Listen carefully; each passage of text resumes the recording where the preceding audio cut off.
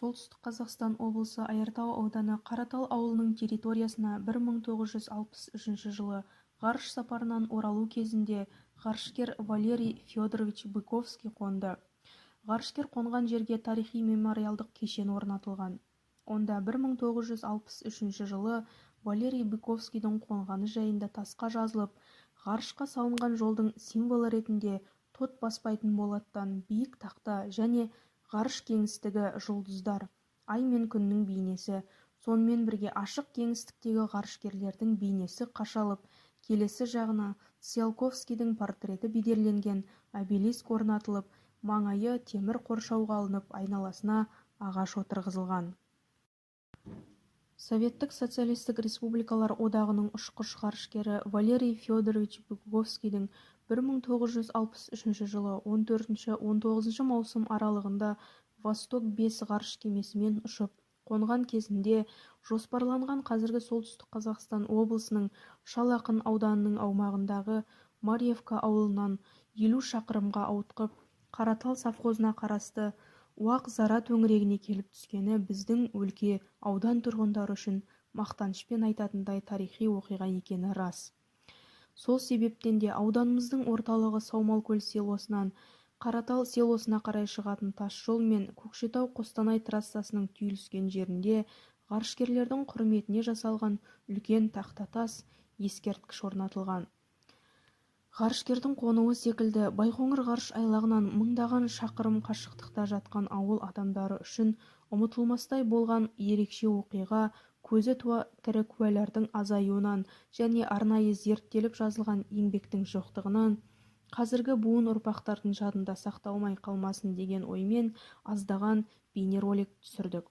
Сол бейнероликті түсіру барысында біз күтпеген ақиқаттың соны парақтарын аша бастадық. Валерий Быковскийдің реттік нөмірі 9, 5-ші ғарышкер болып ұшқан. Ұшу саны 3 рет. Ұшу ұзақтығы 20 тәулік 17 сағат 48 минут 21 секунд. Дәрежесі КСРО-ның ұшқыш ғарышкері. Әскери әуе күштерінің бірінші жиыны. Туған күні, айы, жылы және туған жері 1934 жылы 2 тамызда Москва облысының Павловский Посад қаласында туған. Валерий Быковскийдің білімі және ғылыми атақтарына тоқталсақ, 1941-1948 жылдары ата-анасымен бірге тұрып, Павловский Посад, Куйбышев, Сызран, Москва, Тегеран қалаларының мектептерінде оқыды. 1952 жылы маусым айында Мәскеу қаласының ерлерге арналған нөмірі 1 теміржол орта мектебінің 10 сыныбын бітірді. Сонымен қатар Мәскеу Досафының аэроклубында ұшақты басқару құқығына ие болды. 1953 жылы ұшқыштарды алғашқы үйретудің 6-шы әскери авиациялық мектебін оқып аяқтады. 1955 жылы Мясников атындағы Солтүстік Кавказ әскери округінің Качинск Қызыл жұлдызды әскери авиациялық ұшқыштар училищесін бітірді. 1968 жылы қаңтарда Жуковский атындағы әскери әуе инженерлік академиясының инженерлік факультетінде оқып, ұшқыш ғарышкер инженер біліктілігіне ие болды. 1973 жылы техника ғылымдарының кандидаты дәрежесін алды. Кәсіби қызметі 1988-1990 жылдары қарулы күштер қатарынан босатылғаннан кейін Берлинде Кеңес ғылымы мен мәдениеті үйінің директоры қызметін атқарды.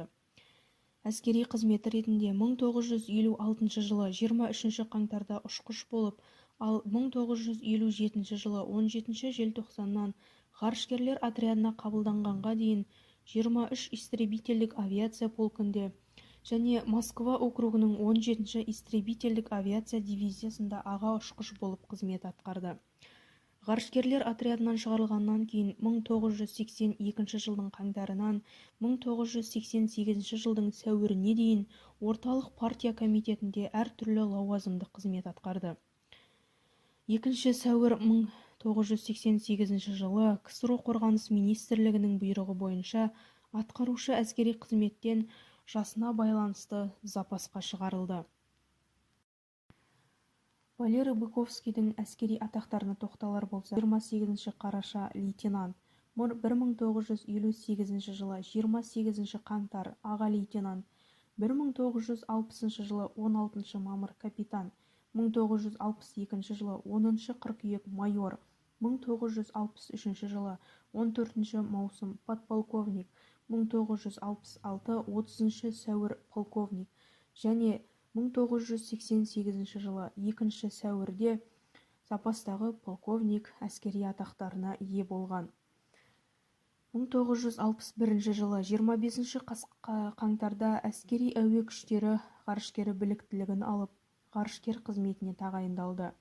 1963 жылы 16 қаңтардан ғарышкерлер отрядында ғарышкер болды. 1964 жылы 20 қаңтарда 2 ғарышкерлер отрядына, ал 1966 жылдың 14 наурызынан 1 отрядына ғарышкер нұсқаушы болып тағайындалды. 1962 жылы 11 шілдеде ғарышкерлер отрядының командирі болып тағайындалды. 1969 жылдың 21 наурызынан 1 басқарманың 3 бөліміне басшы болып, айды айналға ұшу және оған қону бағдарламасы бойынша ғарышкерлерді дайындаумен айналысты. Одан кейін халықаралық эпас және интеркосмос бағдарламаларымен жұмыс жасады.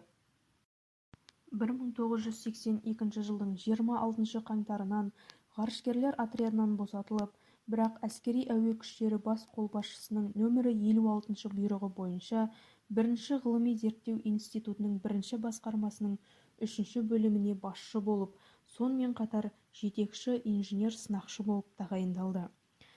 1986 жылы 9 қазанда 1 ղЗИ-нің 1 басқармасының 13 бөліміне бастық болып ауыстырылды.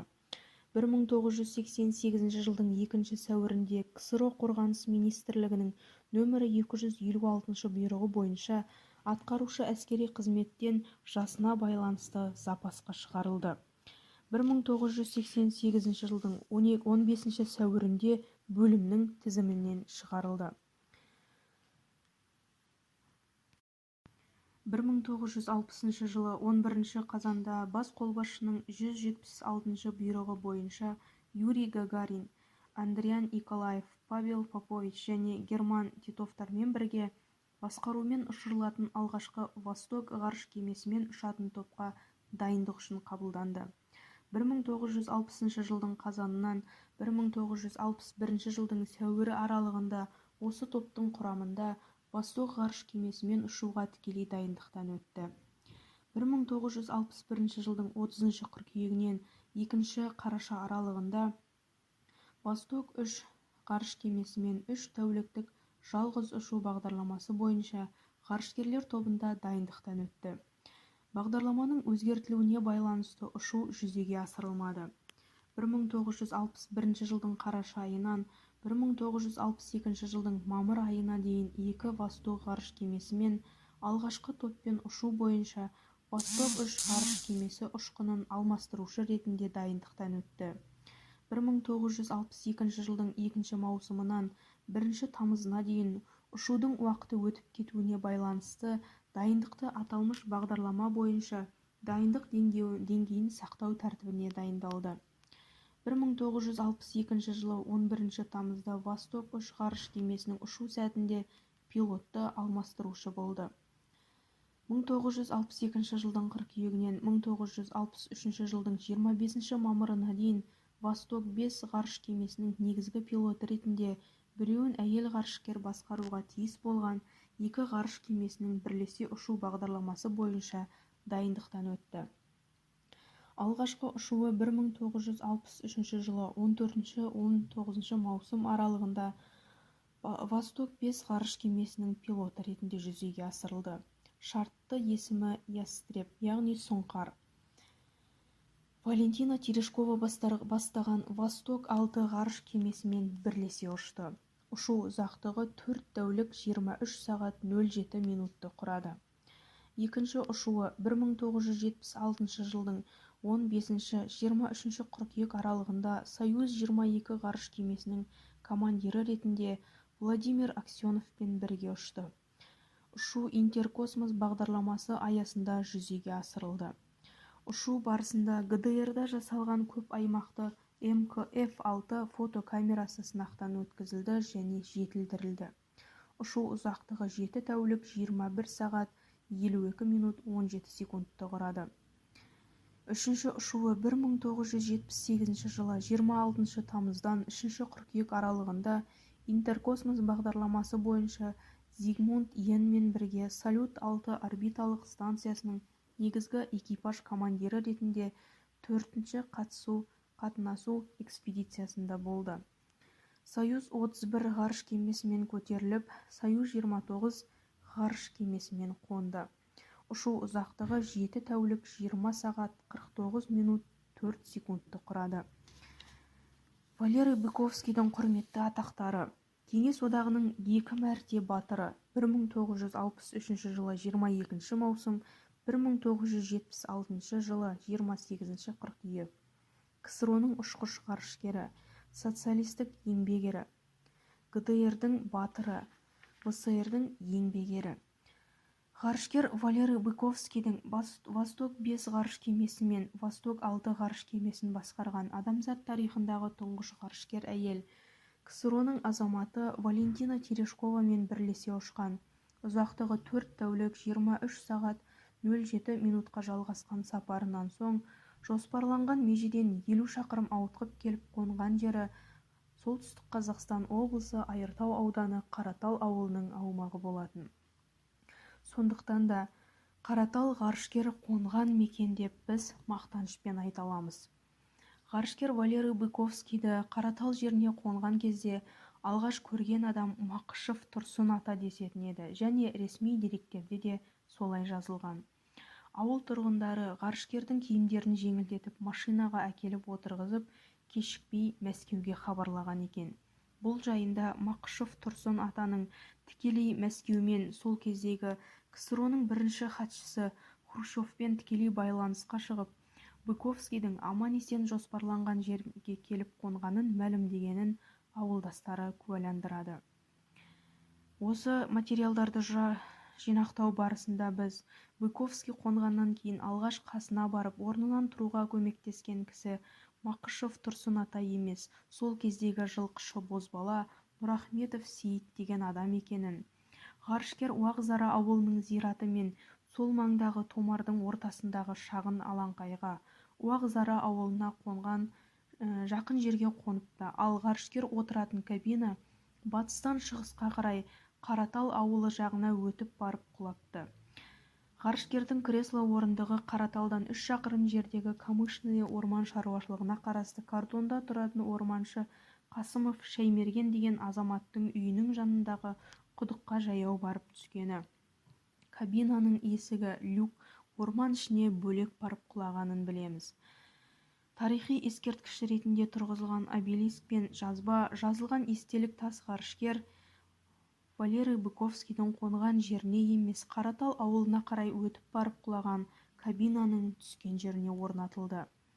Сонымен 1964 жылы ғарышкер қонған жер деп Сейіт Нұрахметовтың айтуы бойынша ғарышкерді ауа қабатына алып кірген кабинаның, яғни капсуланың түскен орнына Қараталдан 2-3 шақырым жерде ескерткіш мемориалдың құрылысы басталып, сол жылы жазда аяқталды.